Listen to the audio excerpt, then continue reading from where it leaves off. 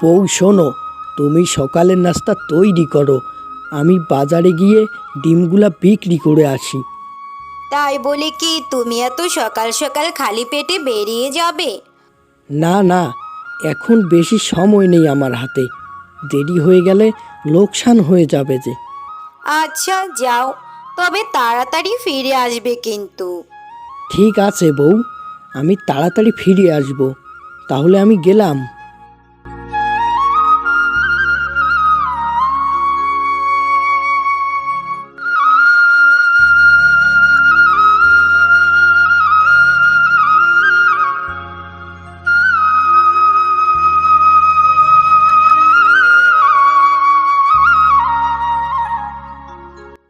শোনো, একটা কথা বলি, এই পচা ডিমগুলো আর কতদিন বাজারে বিক্রি করবে? বউ, এত কিছু বুঝতে হবে না তোমার, আমাকে আমার কাজ করতে দাও। আর আমি আগেও বলেছি, আমার কাজে বেশি নাক গলাবে না। আমার মনে হয় এভাবে মানুষকে ঠকানো ঠিক হচ্ছে না। কেউ যদি এগুলো খেয়ে অসুস্থ হয়ে যায়? এখনকার মানুষ ভালো মন্দ বিচার করে না, কম দামে কিছু পেলেই খুশি, তাই আমাকে শেখানোর দরকার নেই। তুমি যাও, সকালের খাবারটা তৈরি করো, আমি বাজার থেকে ঘুরে আসি।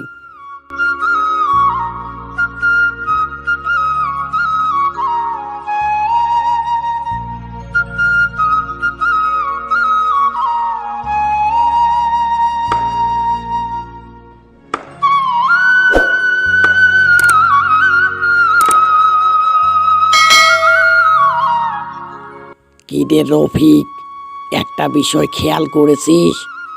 আজকাল গ্রামের মধ্যে প্রতারণা অনেক বেড়ে গেছে রে, এর একটা সমাধান বের করা দরকার। জমিদার বাবু, আপনি ঠিকই বলেছেন। এখনকার দিনে মানুষ এমন সব কাজ করছে যে ভালো জিনিস পাওয়াই কঠিন হয়ে গেছে। একটা উপায় আছে বাবু। আমরা যদি একটা রান্নার প্রতিযোগিতার আয়োজন করি, আমার ধারণা যারা সব সময় মানুষকে ঠকায় তারা ভালো ও খাঁটি খাবার রান্না করতে পারবে না, বরং অন্যকে হারানোর জন্য প্রতারণার পথই বেছে নেবে।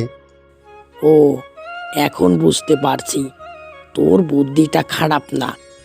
তাহলে তুই গ্রামে ঘোষণা করে দে, আগামীকাল আমরা একটা প্রতিযোগিতার আয়োজন করছি।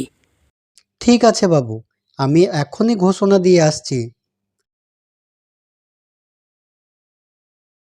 শুনুন শুনুন শুনুন, গ্রামের সকল মানুষ মনোযোগ দিয়ে শুনুন। আগামীকাল জমিদার মশাই হাঁস রান্নার প্রতিযোগিতার আয়োজন করেছে। যে সবচেয়ে ভালো ও খাঁটি রান্না করতে পারবে, জমিদার বাবু সন্তুষ্ট হয়ে তাকে পুরস্কার দিবে, আর প্রতারণা করলে শাস্তির মুখোমুখি হতে হবে।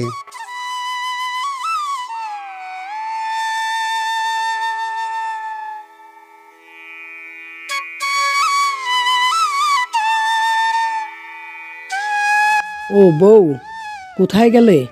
দেখো, আমি ডিম বিক্রি করে চলে এসেছি। ওগো, তুমি এসে গেছো? আমিও নাস্তা তৈরি করে তোমার অপেক্ষায় ছিলাম। তুমি হাত মুখ ধুয়ে আসো, আমি খাবার পরিবেশন করছি। আচ্ছা, আগে হাত মুখ ধুয়ে আসি, তারপর খেতে খেতে কথা বলা যাবে। বউ শোনো, তোমার জন্য একটা সুখবর আছে। আচ্ছা বলো তো, কি সেই সুখবর? এত আগ্রহ নিয়ে বলছো কেন? গ্রামে জমিদার মশাই হাঁস রান্নার প্রতিযোগিতার আয়োজন করেছে, আমি ভাবছি তোমাকে সেখানে অংশগ্রহণ করতে নিয়ে যাব। ও, এ তো সত্যি আনন্দের খবর। আমারও অনেক দিনের ইচ্ছে ছিল জমিদার বাবুর জন্য নিজের হাতে কিছু রান্না করার। হ্যাঁ বউ, তুমি অবশ্যই পারবে, তোমার উপর আমার পূর্ণ বিশ্বাস আছে। যারা সবসময় খাঁটি ও ভালো জিনিস ব্যবহার করে তারাই সবচেয়ে ভালো রান্না করতে পারে। বউ শোনো, আমি যা যা বলেছি সব মনে থাকবে তো? হ্যাঁ, তোমার কথা মনে রাখবো, কিন্তু আমার খুব ভয় করছে। যদি জমিদার বাবু জানতে পারেন আমরা প্রতারণা করছি, তাহলে তো বড় বিপদ হবে। আহা, তুমি শুধু অযথা চিন্তা করো, আমি যেমন বলেছি তেমনই করো, তারপর দেখো আমাদের জয় ঠেকায় কে? বিজয়ী আমরাই হব। হে হে হে। একই গ্রামে এত এত বউয়েরা থাকতে মাত্র 2 জন অংশগ্রহণকারী। ঠিক আছে, তাহলে আজকের প্রতিযোগিতা শুরু করা যাক। হ্যাঁ জমিদার বাবু, সব প্রস্তুত, আপনি শুরু করতে পারেন। আজকের প্রতিযোগী মালতী ও লতা, তোমরা 2 জন রান্না শুরু করো। তোমাদের জন্য 1 ঘন্টা সময় দেয়া হলো। তোমরা যে যার মতো রান্নার কাজ শুরু করে দাও।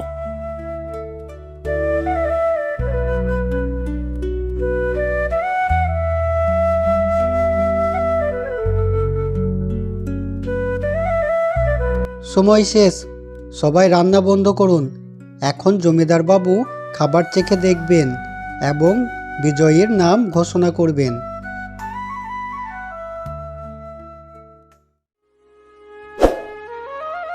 আজকের প্রতিযোগিতার বিজয়ী হলো করিমের বউ মালতী। না না জমিদার বাবু, এটা আমি মানি না।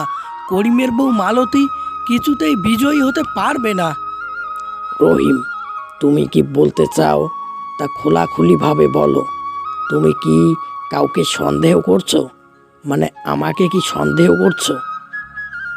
না না জমিদার বাবু, আমি আপনাকে সন্দেহ করছি না। তবে করিমের বউ মালতী কোনোভাবে জিততে পারবে না, কারণ আমি নিজ হাতে রান্নায় ওষুধ মিশিয়ে দিয়েছি। দেখলে তো সবাই, অপরাধী নিজেই নিজের মুখে তার অপরাধ স্বীকার করে ফেলল। হা হা হা হা।